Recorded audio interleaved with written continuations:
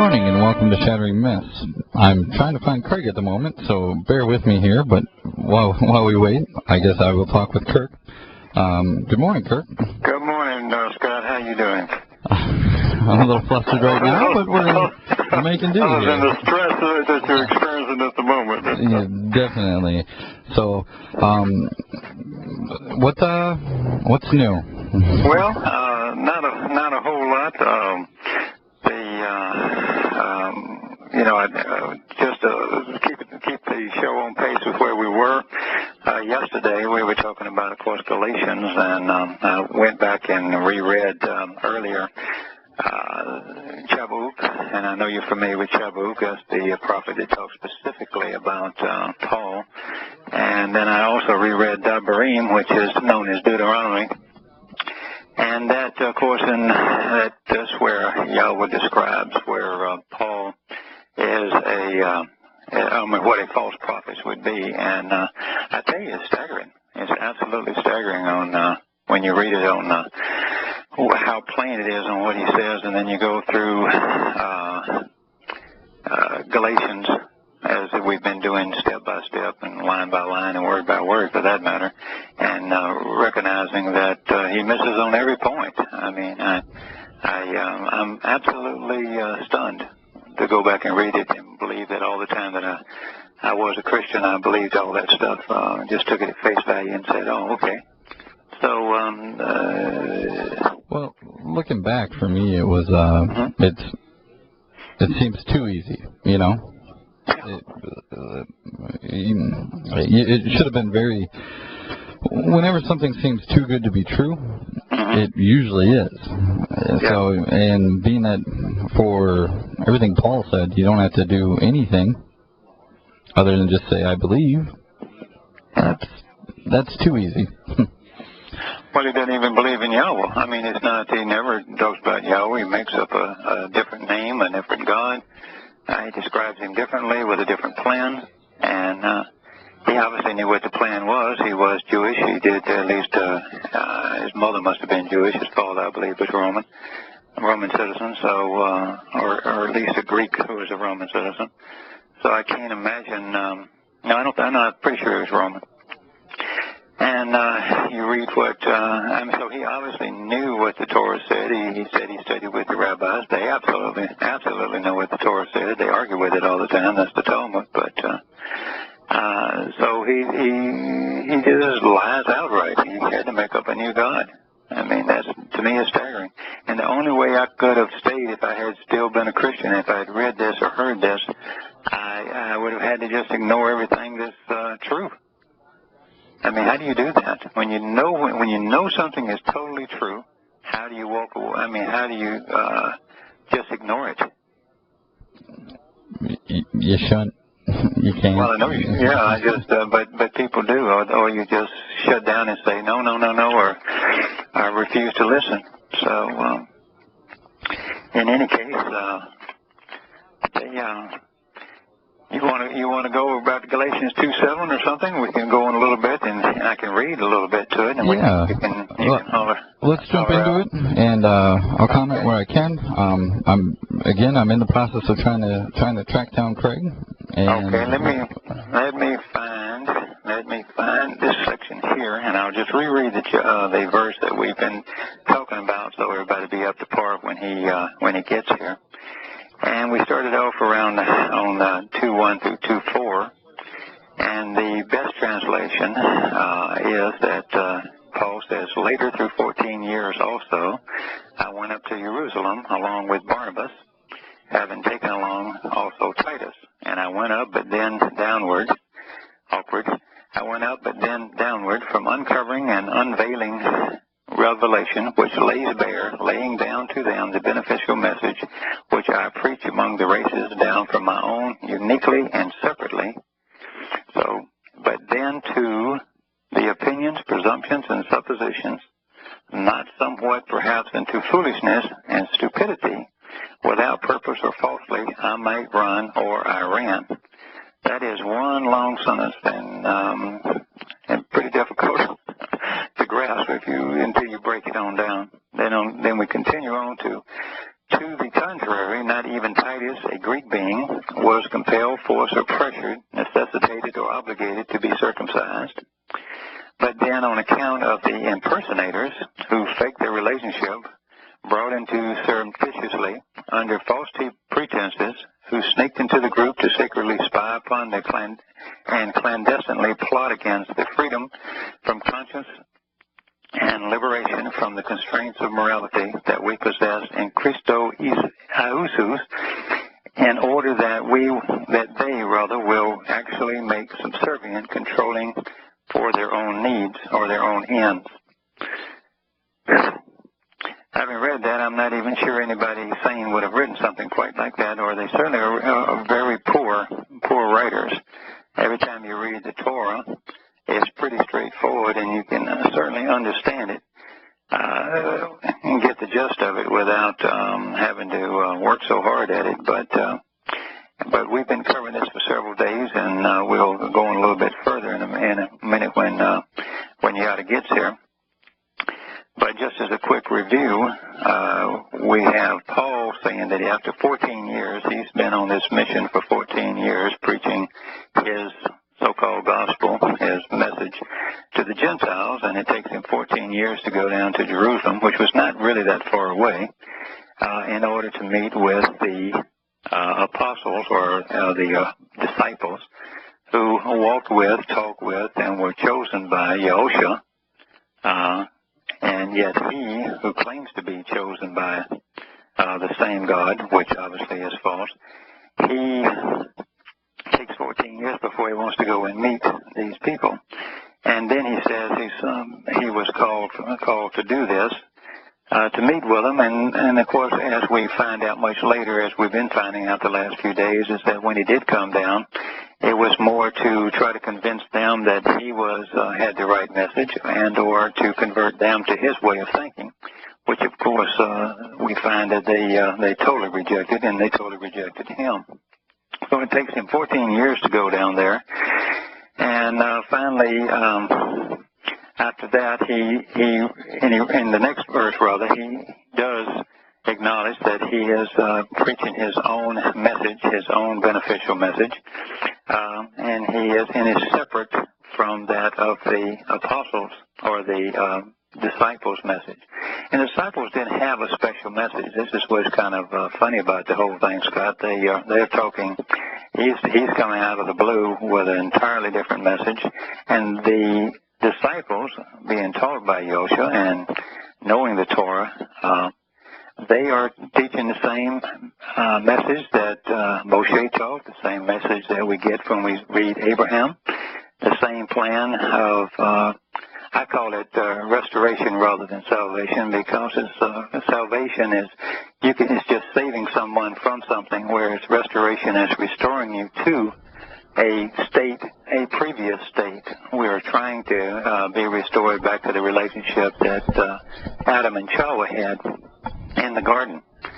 So the plan, the only way to get that restoration, according to Yahowah, is to go down the same path and follow the same sequence of events that he's asked you to do in order to become a child of the covenant, which is delineated very carefully and accurately in the story about Abraham, with the 5 benefits and the 5 things that you're asked to do in order to walk away, such as walk away from your country, trust Yahowah, learn about what he has to say and what his message is, and also walk towards him and become perfect, and circumcise, and all the males need to be circumcised. So not difficult to do any of this. You know, it's kind of interesting, Kirk, that the stories in the Torah, they follow one right after another. I mean, you begin with Yahowah announcing that he is the creator, explaining how he created, even why he created the earth. I mean, he's showing that he created this because, first of all, he enjoys the universe. It was a creative enterprise.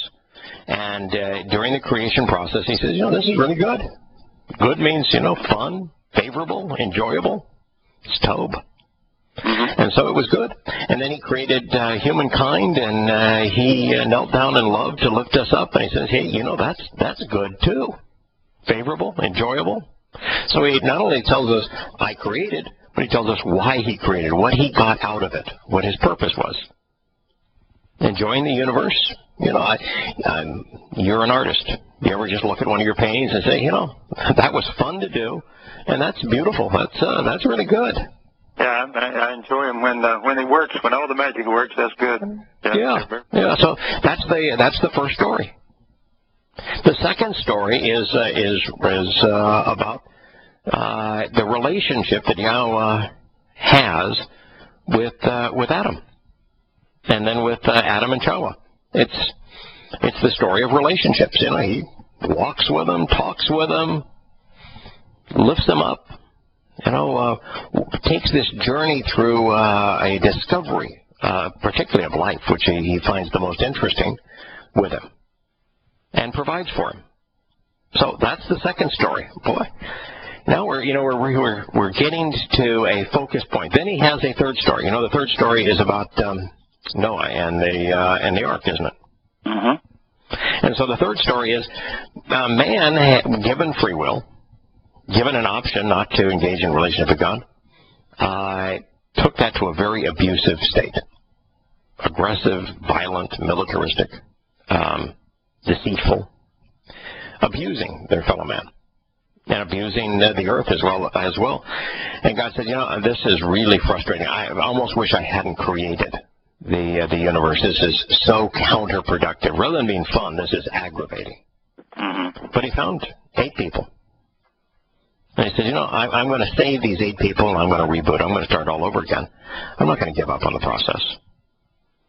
And the method of salvation, did he do what Greece is doing, what the United States is doing, and say, I'm going to give you a welfare program, I'm going to give you free health care, I'm going to give you Social Security, and you just hold your hand out, and I'll give you all these things? Or did Noah have to participate?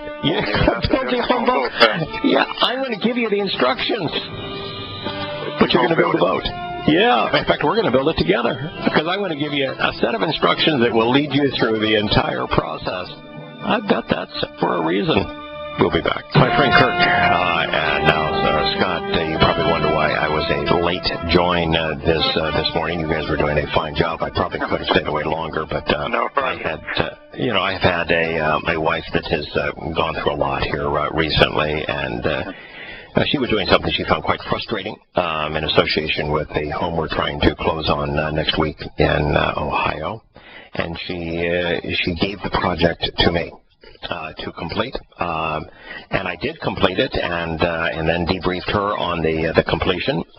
But I had thought that I had been much more efficient with my time than I had been. It took me a lot longer to do so, and I just lost track of time in the midst of relieving my wife of the irritating burden of yesterday.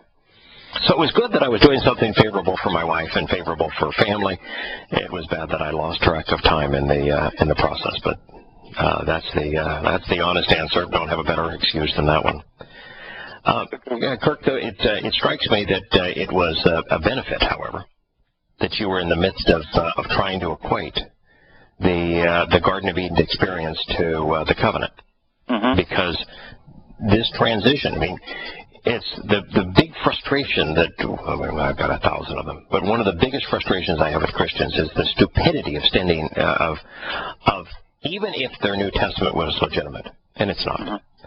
Even if it was inspired by God, and it's not.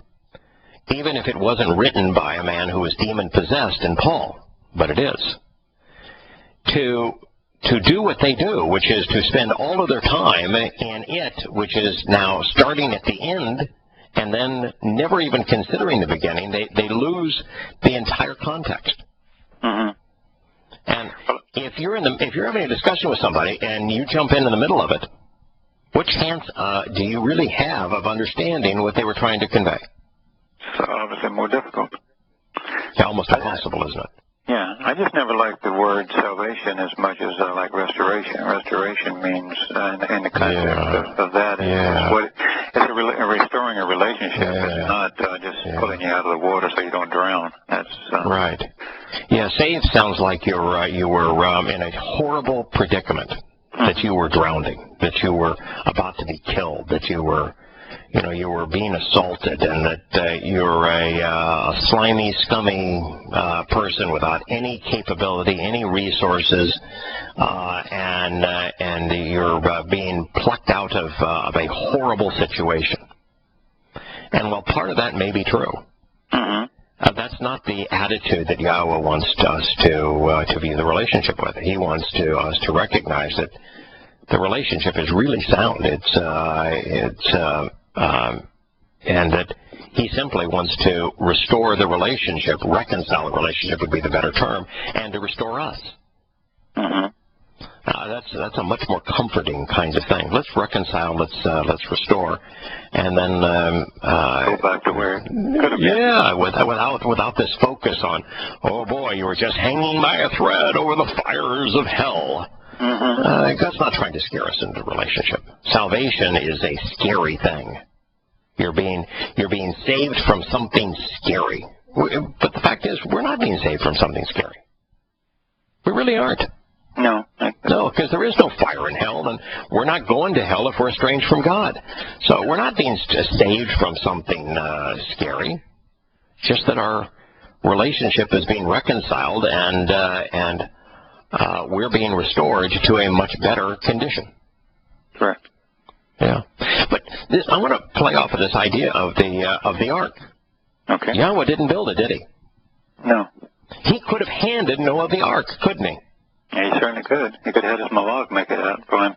But did Yahowah present Noah with a full set of instructions? This is how long it's going to be. This is how tall it's going to be. This is how wide it's going to be. This is how many floors it's going to have. This is the kind of material I want you to build it out of. This is how I want you to seal the joints.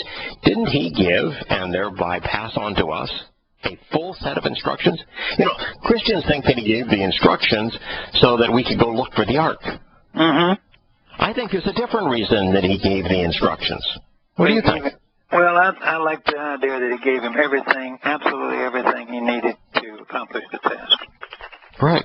And what instructions might we want if we want to accomplish the same task, which is to be restored, to have our family protected by Yahowah? Shouldn't we read his instructions? We should read his instruction book, too. Yeah, follow the same guidance, right? Yahowah is trying to equate this. I provided the instructions and the directions as to how to build this ark. And, which, by the way, in Hebrew means enlightened free will. And it's a chest based upon the concept of enlightened free will. And now let's compare that to the Ark of the Covenant. The Covenant, yeah. And what sits beside it that always remains there to explain it? The Torah. Oh, boy, I think we have a connection here. I think. This is a connection I've missed up to this point. How we are being set up for what follows. That the Ark of the Covenant and that we've always known that the ark that Noah built on Yahowah's instructions that saved his family, that restored the relationship that Yahowah had conceived with man as opposed to having eliminated it. That ark, we knew that it was a symbol for the Ark of the Covenant that would follow. That always made sense, and that the Ark of the Covenant is also a means to keep families not only together, but to bring families into Yah's family. So for the human family to become part of Yahowah's families with the Ark of the Covenant and the Noah's Ark symbolized. Yes. But it never really dawned on me that there's a reason that Yahowah gave the dimensions and the instructions. And, we've covered it before, just that he gave the dimensions to demonstrate that the dimensions that he was outlining were 4,000 years ahead of their time, 5,000 years ahead of their time. And boat building, absolutely. Right. So that's pretty cool, but that's not the reason he gave them. No. It's like the Torah gave us. Yeah, this notion in Christianity that salvation is a gift and that you don't do anything, just believe. Mm-hmm. Well, that's not true with the covenant. Absolutely not. And so the covenant and Noah's Ark, there's a connection there. Yahowah provides the instructions. We have to follow them. If we don't follow the instructions, we don't get protected by the Ark. We don't get protected by and get benefits of the covenant. Both of them provide this set of instructions, the directions, the guidance, but if we don't follow it, we don't get the benefit. That's right. So it's an exact same story, but it gives it to us in a very tangible way. Yeah. It's an extraordinarily tangible way with the Ark. So we can see that, all right, you want the benefits of the covenant? You better follow the instructions associated with the covenant. Well, did he provide us with instructions to participate in the covenant, just like he did the instructions on the length, the height, the width of the Ark, the material to build it from, and the material to seal it? There's 5 instructions associated with the Ark, right? Right. This is going to be its length. This is going to be its height. This is going to be its width. This is the material I want you to build it from, that gopher wood. This is the material, and this is the bitumen, the pitch that I want you to seal it with. 5 basic instructions of that Ark. How many instructions are there regarding participating in the covenant? Once again, 5. Well, that seems like a connection, doesn't it? Good. Very good. Yeah. All right, so we've got 5 conditions of the covenant. Now, with the Ark, wasn't Noah's Ark, which was really Yahowah's Ark, built by Noah, they were in a relationship together, right? Doing stuff together. Oh, yeah. Do you think that Noah, as he building this ark, is saying, oh, woe is me, that old taskmaster of a God forced me to work all day to build this ark? Or do you think that he was saying, hey, this is really cool. Can you imagine? I'm talking directly to God. And God's giving me the instructions and the ability to build a ship. Yeah, right in the middle of the land. Yeah. Well, wouldn't that be cool? That's pretty cool. Oh, man, I would love it. Okay, so what was the primary purpose of the Ark? Is to save the family. But beyond that, what did the Ark do for the family that all of those others didn't have the benefit of? Let me help you here with this, because maybe I'm off on this, but it just struck me as being consistent. The first condition of the covenant is to walk away from the community of man. Your country, in this case it was Babel, which represents religion and politics, militarism, human institutions. Walk away from that. Well, what was Noah doing? Disassociating from the human family, wasn't it? Absolutely disassociating from them, yes, indeed. Right. So isn't the very concept of the Ark of the covenant, isn't the very and the covenant itself and Noah's Ark, isn't the primary purpose exactly the same? That they were going to be separated from the human family by following Yahowah's instructions, and a family that is being based upon a relationship with him. Absolutely. That is quite profound when you put it that way. And it's exactly the same story. I've always said, right. and I probably said this to you a couple of times, is the more I study this, the more I see the same story told 100 different ways. It's over and over. It always comes out the same if you look at it. Right. And it's fun to see the reinforcing threads. Okay, the second condition of the covenant. The second condition is to trust and rely on Yahowah. What was Noah doing? Well, he has to trust him, because it's almost absurd to be there. Remember, he's not near a giant body of water. No, right? No. He's a landlubber. Lake Van may have been there, You don't know if it was there, but Lake Van may have been there, but Lake Van would have been, maybe 75 to 100 miles away. He's building, and Lake Van is way too small a lake for a super tanker. Yeah, so he's building a super tanker, and probably 100 miles away from the nearest significant body of water, and even that body of water. In fact, if you look at an ocean, he's building this thing 1,000 miles from the nearest ocean. Right. Okay, the Mediterranean would be from where he is. The Mediterranean would only be west through Turkey. All right. And at this point, the Black and Caspian Seas are tiny. They're freshwater. They're landlocked. Yeah. Okay. The Black Sea and the Caspian Sea didn't become salt water until the consequence of the flood. It's the flood that turned them into salt water, and the flood that created the exit for the Black Sea through the Bosphorus Straits. Okay, so you would have to an extreme extent. So not only are you separating yourself, because he's leaving all those rest of those people. I'm going to do this, and he's trusting and with Yahowah in doing it, because he's relying on all of Yahowah's instructions. I don't hear one time where he said, "Come on, Yahowah, we've got rather than building this thing out of wood, I want to build it out of stone." rather than using pitch, that stuff is yucky. Let's use wax. I see him taking Yahowah's instructions. He said, that's longer than I really want to go. But my wife wants it to be. She likes tall ceilings. Can we build it a little taller? And marble. We need marble top. Yeah. I want marble countertop.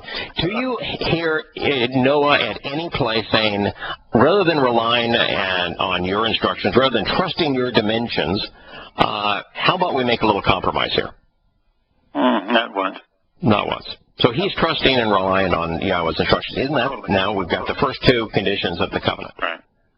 Okay. The third condition of the covenant is walk to me and become perfect. Perfect. Right. Which is a celebration of Pesach, Matzah, Bakudim, Shavuah, Teruah, Kippurim, followed by Sukkah. You're going to end up in my home. You're going to start through the doorway that is Passover. You're going to be, once you're inside of this, you're going to be cleansed on Matzah, become part of my family on Bakudim, empowered and enriched on Shavuah. You're going to be a troubadour for my message on Teruah, and on Kippurim, all is going to be reconciled so that you can camp out with me in my home on Sukkah. That's how you walk to and become perfect, right? I mean, isn't that interesting? Yeah. Would you see connections with the ark? Verbatim. Yeah. We see some connections? Wow, absolutely. Yeah. Didn't God go into great detail about when he was supposed to go through that doorway? Absolutely. This is the time. Right. And he didn't say, I want you to go through that doorway anytime you want.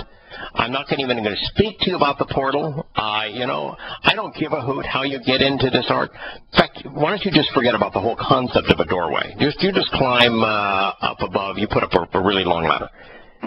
No, he went into real detail on that doorway, didn't he? Sure. And didn't he tell him, this is the time, right now I want you to, it wasn't even raining, was it? Mm-hmm.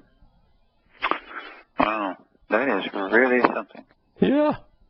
Now I want you to get in that doorway. And what happened after he got in that doorway? It started to pour, didn't it? Which water the symbol of? Cleansing. What happens on Matzah? Matzah, you get cleansed. All All your sins go away. Right. And now, inside of that, didn't Yahowah adopt Noah and the 8 members of his family? Everybody's the family now. Right. And throughout this whole process of the time they were on this 40 days and 40 nights on the on this, which gets us, by the way, really close to his celebration time of Shavuah, which is it's 7/7, 49. But you notice that it rained for 40 days and 40 nights, but he didn't get out of the ark in 40 days, did he? No, he's got to release some of the birds to find the land and all that sort of thing. So that's going to take a few days, probably right up to 50 days, don't you think? Yeah, well, it only has to be 49 days from Bikurim. It's 50 days from Matzah, 49 days from Bikurim, right? Yeah. From Sabbath to Sabbath, yeah. There you go. And so they're enriched and empowered with a cleansed and beautified, scrubbed, no longer poisoned world, right there on Shavuot. And didn't they, as a result, become the troubadour to explain the covenant? For every generation afterwards, certainly. You betcha. Didn't even Yahweh say with this rainbow that this is a sign of my covenant? Mm-hmm. So didn't he tell us to look at this as a sign of the covenant? How come you and I didn't do that before?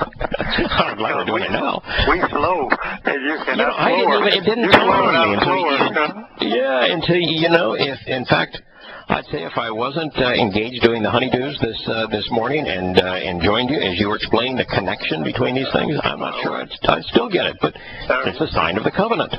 And now does Yahweh say, I'm putting this rainbow because I'm never going to do this again? So, wasn't our relationship reconciled? Reconciled, it doesn't have to Isn't be that done complete? Again. That would be perfect, wouldn't it? Right. Mm-hmm. Right. And here they were now, established in Yahweh's home, completely reconciled. Back to the conditions in the Garden of Eden. Perfect. Reconciled. Cool. It's walk to me and become perfect. To walk means a lot more than walk. Come to me and become perfect. Kirk, do you recall what the fourth condition is to participate in the covenant?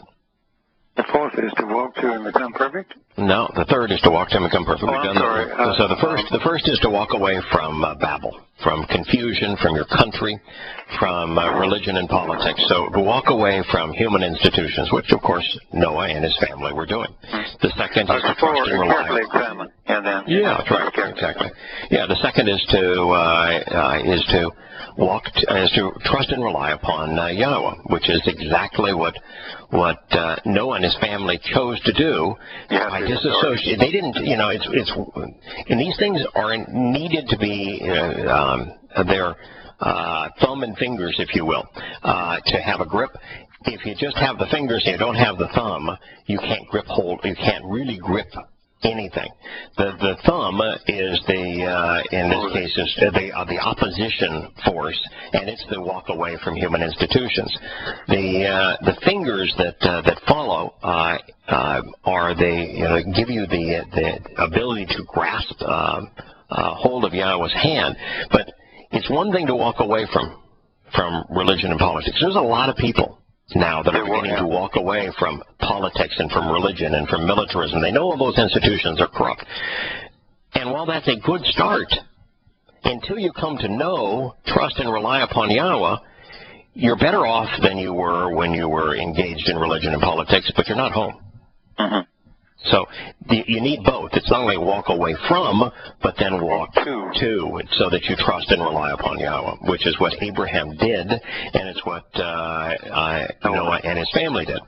Okay, and the third, of course, is to walk to me and become perfect. And halak means a lot. I'm using walk here, and we're comparing it to a boat. Understand in Hebrew, halak means it's chart a course through life. Mm-hmm. Move from one place to another. Right. So, move away from your country. Chart a path through life that is trusting and relying on me. Navigate to perfection. And so, this doorway, he entered the doorway that's Passover. And then the rains came, which represents the cleansing nature of Matzah. And then he and his family were part of Yahweh's covenant family. Now, he's unique, separated unto him. And they were enriched and empowered on Shavuot 49 days later. And they became the ultimate troubadour because Yahweh even announced, you are now a sign of the covenant. So that brings us to the fourth condition for participating in the covenant, which is what? Well, to carefully examine, continually study, I guess, Yahweh's covenant agreement. Yes. And what did Yahweh provide for us in this regard when he said, see this rainbow here? Mm-hmm. That's a sign of this covenant. So he told us, now observe this. Isn't that what he's telling us? Is observe this, because I'm telling you this is the sign of this covenant, and this covenant happens to be a perfect match for the one that he established with Abraham. Yeah. Pay attention, Kirk. Pay attention, Kirk. Yeah. I've got this rainbow here to remind you. Isn't the rainbow here to remind us about this covenant very similar to the concept of, I've come up with circumcision as a sign of the covenant, because that's how you're going to be born unto this. Didn't Noah's family get born onto this by the very aspect of the flood? Mm-hmm. That was and so the end of the flood was the rainbow. The sun came out, there was the end of the flood, there was the rainbow, that's the sign. So the end of your reproducing after humankind's and reproducing onto Yahowah's family is to cut off the end of that same curved, another curved edifice, the male genitalia. Yeah. That's the sign. So it's exactly the same sequence all the way through. Separate your family to become part of Yahowah's family. This is the sign. So it strikes me we have a direct fit in these stories. And then what's the story after Noah? Immediately after Noah, what's the next story? Well, then the big story is Abraham. That's it. And that story goes on. That story is told with more information than these previous three stories by probably 5 times. Oh, easily. Yeah. It's a big, big part of Yahowah's agenda, is to tell that story. Yeah. And you know what's interesting? After that story, which presents the terms and the benefits of the covenant, the purpose of the covenant, God getting to crescendo what he's all about, he then tells the story of Joseph. And how Joseph got all muddled and tangled with Egypt, didn't he? Yes, indeed. Forecasting a number of things. Don't go back. Mm-hmm.